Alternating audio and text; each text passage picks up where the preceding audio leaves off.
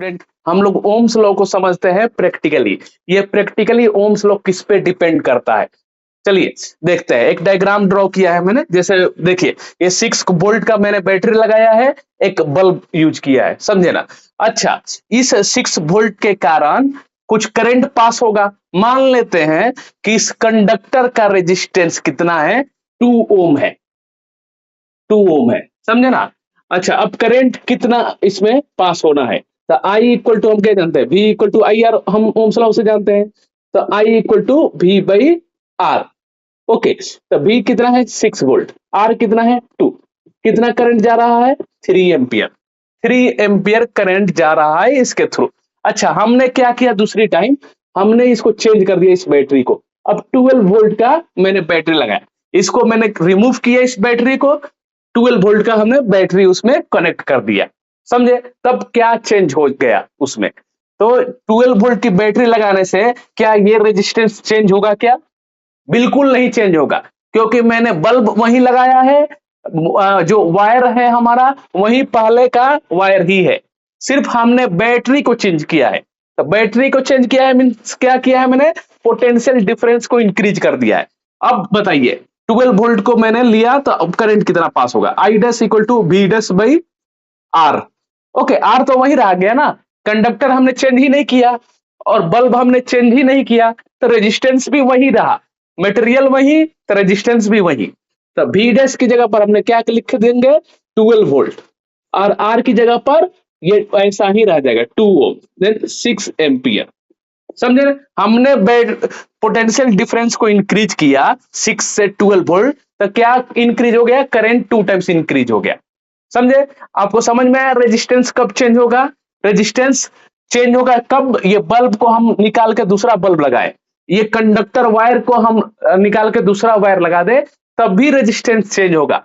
नहीं तो पहले के जैसा जो हमारा कनेक्शन है, सिर्फ आपने बैटरी को रिमूव किया है, दूसरा बैटरी लगाया है किसी और वोल्ट का, तो करंट बदलेगा सिर्फ, समझे। रेजिस्टेंस किस पे डिपेंड नहीं करता है, तो हमारा बैटरी पे, ये पोटेंशियल डिफरेंस पे नहीं करता है। प्रैक्टिकली आप समझे, समझे ना कि रेजिस्टेंस किसका प्रॉपर्टी है, मटेरियल का प्रॉपर्टी है। हमने उसको कंडक्टर को, बल्ब को हमने रिमूव ही नहीं किया है, सिर्फ मैंने बैटरी को रिमूव किया है, तो सिर्फ क्या बदलेगा, करंट चेंज होगा। रेजिस्टेंस पहले भी 2 ओम था हमारा, अभी भी 2 ओम है 12 वोल्ट की बैटरी लगाने के बाद भी, समझे। इसी को लिखना है हमको, यही ओम्स लॉ है, समझे। लिखिए the current flowing through a conductor, यहाँ पे current, the current flowing through a conductor, through a conductor, conductor is directly proportional to the, directly proportional to the potential difference, potential difference between end of conductor, okay, between end of conductor, समझे। यहाँ पे हमने ये wire लाया, ये ए है, ये B point है, हम यहाँ वोल्ट मीटर रख लेंगे और यहाँ इसको कनेक्ट कर लेंगे, तो कुछ हमारा पोटेंशियल डिफरेंस बताएगा। दूसरी बार हम क्या करेंगे, इसको हम यहाँ पे कनेक्ट कर देंगे, ओके, बी डैश, अब ये पोटेंशियल डिफरेंस दूसरा बताएगा, ठीक है ना, समझ गए। 2 वायर आप कहाँ पे उसको कनेक्ट रख रहे हैं, उसको पैरेलली ऐड कर रहे हैं, कनेक्ट कर रहे हैं, तो उससे potential difference, current increase decrease, यहाँ पे पोटेंशियल डिफरेंस उसको वोल्टमीटर बताएगा, समझे। अच्छा, उसके बाद हम क्या कर सकते हैं, तो ये हमारा फॉर्मूला क्या हो गया, पोटेंशियल डिफरेंस 6 वोल्ट से हमने 12 वोल्ट लगाया, तो क्या इंक्रीज हो गया, करंट इंक्रीज हो गया, उसमें रेजिस्टेंस वही है, तो V is directly proportional to I, okay. Potential difference, current किस पे डिपेंड करता है, पोटेंशियल डिफरेंस पे। अच्छा, तो हम इसे डायरेक्टली प्रोपोर्शनल का साइन हर जगह हम लोग रिमूव करते हैं, हल, ओके, तो यहाँ भी रिमूव करेंगे, तो क्या यहाँ पर लिखेंगे रेजिस्टेंस। ये रेजिस्टेंस किस पे डिपेंड करता है, पोटेंशियल डिफरेंस पे डिपेंड करता है क्या, नहीं। आर पोटेंशियल पे डिपेंड नहीं करता है, आर करंट पे भी डिपेंड नहीं करता है, आर मटेरियल पे डिपेंड करता है, समझे ना? अंडरस्टूड? तो ये आर क्या है हमारा? रेजिस्टेंस है, आर रेजिस्टेंस, समझ गए? अच्छा, हम इसको कुछ डायग्राम से भी, ग्राफ से भी देखते हैं। तो यहाँ पे मान लेते हैं कि करंट है इस हॉरिजॉन्टल लाइन में, इस वर्टिकल लाइन में पोटेंशियल डिफरेंस है। ओके, हमने जैसे यहां से इंडिकेट कर दिया ऐसे। अब इसका बताइए, इसके बारे में, इस स्लोप के बारे में क्या बोल रहा है स्लोप? तो ग्राफ भी बोलता है, समझे ना? तो यहाँ पे हम क्या लिखेंगे इसके बारे में? रेजिस्टेंस। अब देखिए ये टेन थीटा क्या है? टेन थीटा हम लिखेंगे, हम जानते हैं क्या है, R equal to V by I लिख सकते हैं क्या? बिल्कुल लिख सकते हैं हम लोग। Okay, R equal to V by I, otherwise slope से भी हम लिख सकते हैं टेन थीटा। देखिए लेकिन करंट के कनेक्टेड होना चाहिए थीटा, समझे ना? तो ये आप स्लोप के कारण भी एंगल से निकाल लेंगे रेजिस्टेंस, अदरवाइज आपको जनरली दिया है तो वी बाई आई से भी आप करंट निकल रेजिस्टेंस फाइंड कर सकते हैं। अच्छा, इसका टेम्परेचर कुछ होगा, टेम्परेचर मान लेते हैं टी। अच्छा, इसी का एक और हम लोग करते हैं ग्राफ। यहाँ पे आई है, यहाँ पे वी है, और यहाँ पे ये थीटा है, ये थीटा 1 है और ये थीटा 2 है। ये T2 बोलते हैं इसको, देन इसको T1 बोलते हैं। इसमें देखिए टेन थीटा 2 इंक्रीज है कि टेन थीटा 1 मोर है? कौन सा ग्रेटर वैल्यू है? तो ये tan theta 2 greater than, okay, tan theta 1, tan theta 1। Okay, तो हम रेजिस्टेंस भी लिख देंगे R2। ये रेजिस्टेंस इस वायर का ना, मैक्सिमम स्लोप है तो उसका रेजिस्टेंस मैक्सिमम है, ठीक है ना? क्यों? क्योंकि आप देखिए 1030 डिग्री और 1045 डिग्री, ओके, तो इसका 1/√3 होता है, इसका क्या होता है हमारा? 1 होता है। तो इसका 1/√3 का क्या कर लेंगे? 1/7, 0.5 ही होगा। ओके, मान लेते 0.6 भी। तो ये क्या हो गया? 30 डिग्री से 45 डिग्री वो ग्रेटर हो गया स्लोप, इसीलिए यहाँ पे हमको R2 is greater than R1। तो T2 temperature greater than T1 भी लिख सकते हैं। तो ये इस तरह से आपको ग्राफ के हेल्प से फाइंड करना है, समझे? होता क्या है? तो resistance is the oppose of electric current. Resistance किसका अपोज करता है? इलेक्ट्रिक करंट का। तो आप दो एग्जांपल लीजिए, वन कंडक्टर और दूसरा इंसुलेटर। तो कंडक्टर के पास क्या होता है? रेजिस्टेंस लेस होता है, इसीलिए इसके थ्रू करंट पास हो जाता है। ओके, बट हमारा रबर है, ये इंसुलेटर है। तो इंसुलेटर में क्या होता है? करंट जीरो होता है, क्योंकि रेजिस्टेंस बहुत ही हाई होता है, समझे?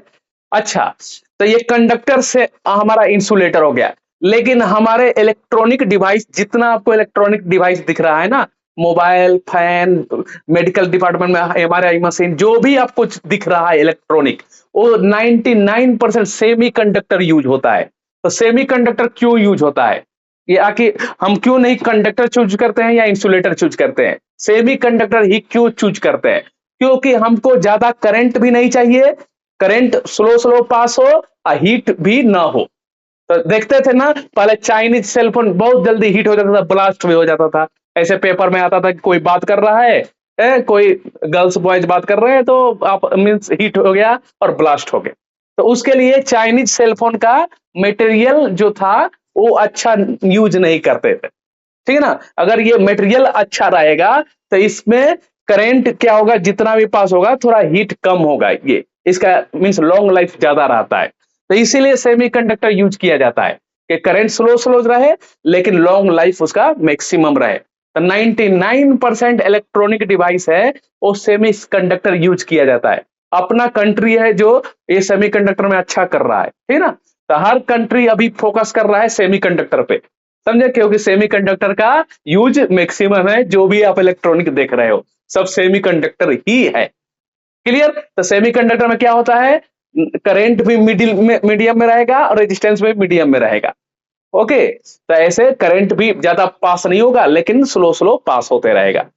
अंडरस्टूड? आपने समझ गए? तो रेजिस्टेंस क्या होता है? Resist of electric current. तो हमारा रेजिस्टेंस वेरी हाई किस में रहता है? इंसुलेटर में। वेरी लो किस में रहता है? कंडक्टर में। रेजिस्टेंस मीडियम में किस में रहता है? तो सेमी कंडक्टर में। सेमी कंडक्टर बहुत ही यूजफुल है, 99% जो इलेक्ट्रॉनिक दिख रहा है 100% वो सब सेमीकंडक्टर ही यूज करके इलेक्ट्रॉनिक डिवाइस बनता है। अच्छा, अब इसको हम लोग डिफाइन करते हैं। तो resistance is the resistance is the oppose or resist of electric current. हमें रेजिस्टेंस बहुत ही अच्छा भी हाई भी नहीं चाहिए, हमको रेजिस्टेंस बहुत लो भी नहीं चाहिए। रेजिस्टेंस का होना बहुत जरूरी है, जिस तरह फ्रिक्शन का होना जरूरी है। अगर आप मार्बल का फ्रिक्शन बना दे कोई नेता, हम लोग के तरफ का नेता कोई बना दे, तो क्या होगा, वो क्या ब्रेक लगेगा तो कहां रुकेगा, तो ब्रेक लगेगा तो 1 किलोमीटर बाद रुकेगा कार बाइक, तो इसमें एक्सीडेंट ज्यादा होगा, है कि नहीं। तो इसीलिए हमको फ्रिक्शन का भी जरूरत है, उसी तरह रेजिस्टेंस का भी जरूरत है हमें। क्लियर, इसीलिए सेमीकंडक्टर यूज किया जाता है। तो रेजिस्टेंस इज द अपोज और resist of electric current. Okay, resistance is the property of resistor. जैसे टीचर का प्रॉपर्टी टीचिंग करना है, उसी तरह resistance is the property of resistor. Okay, अच्छा, जिसका कंडक्टेंस हाई होता है उसका रेजिस्टेंस वेरी लो होता है, तो रेसिप्रोकल इसका रिलेशन है। तो resistance is the reciprocal of conductance. हाँ, समझ गए। अच्छा, रेजिस्टेंस ऐसा unit of resistance is ohms. Okay, understood. अच्छा, इसमें रेजिस्टेंस किस पे डिपेंड करता है, तो रेजिस्टेंस हम लिख सकते हैं R equal to directly proportional sign हटाएंगे तो एल बाई ए होता है, और ये डायरेक्टली प्रोपोर्शनल साइन हटाते हैं तो रो आता है, एल आता है और ए आता है, तो R equal to rho L by A. तो रो मीन्स क्या होता है, रो के नाम क्या है, रेजिस्टिविटी किसका होता है, मेटेरियल का होता है, ठीक ना। Resistivity, okay, is the property of material.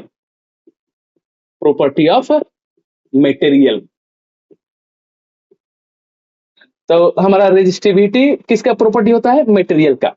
Copper का मटेरियल का दूसरा है, तो कॉपर का रेजिस्टिविटी डिफरेंट आएगा, हालांकि ये बहुत छोटा होता है 10⁻3। एल्यूमिनियम का रेजिस्टिविटी दूसरा है हमारा।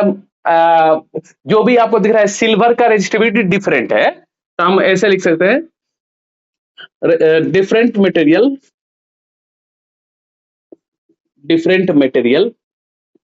Different resistivity, different value of resistivity. समझे। एल क्या है हमारा, length of conductor, L length of conductor, इसका ऐसा यूनिट जानते हैं आप, मीटर होता है लेंथ ऑफ कंडक्टर। ए क्या है, cross sectional area of conductor, cross sectional area of conductor. जैसे ये कंडक्टर है तो इसका क्रॉस सेक्शनल एरिया ये है, मतलब पाई आर स्क्वायर, समझे। अच्छा, ये हमारा हो गया।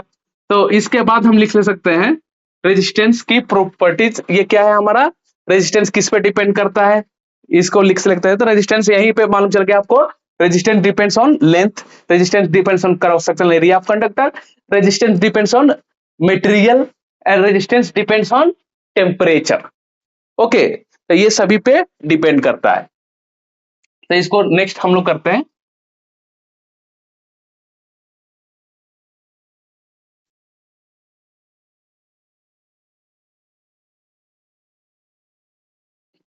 The resistance depends on following factor. Resistance depends on following factor.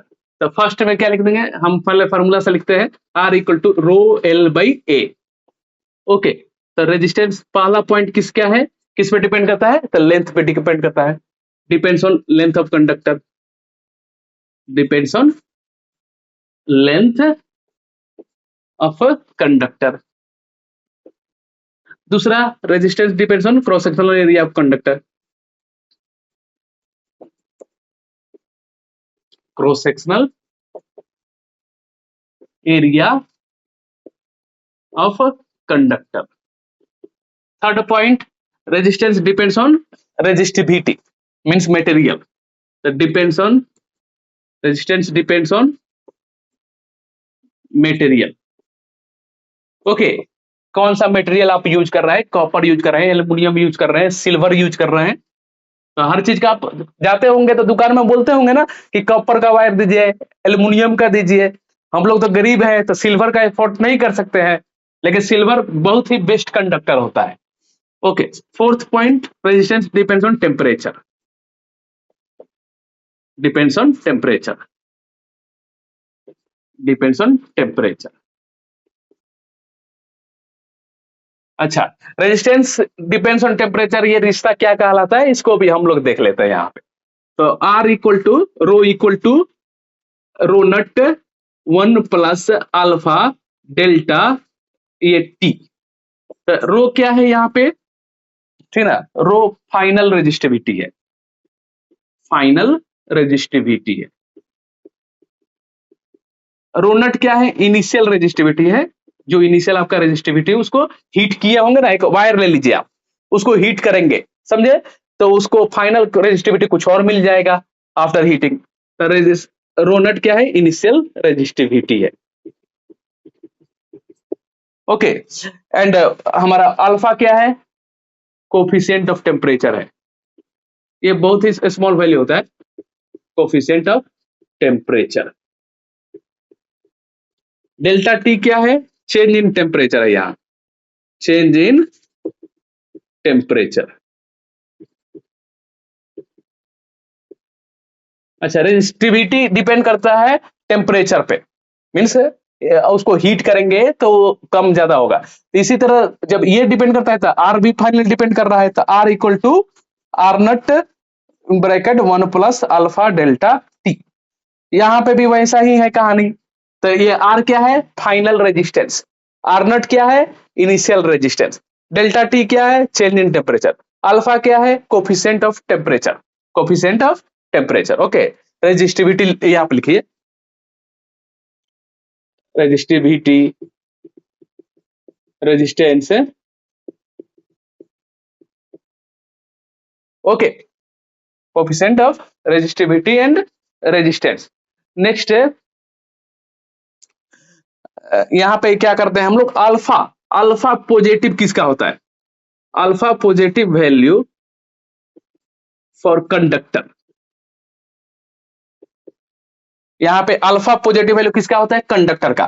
तो यहाँ पे मान लेते हैं कि इनिशियल 30 डिग्री टेम्परेचर था वायर का, फाइनल 50 डिग्री, तो 20 डिग्री इंक्रीज हो गया ना, तो 20 डिग्री इंटू प्लस, तो ये प्लस देन ये भी प्लस है ना, तो यहाँ पे क्या हो जाएगा, 21 हो जाएगा, 21 ये इंक्रीज कर गया ना रेजिस्टेंस।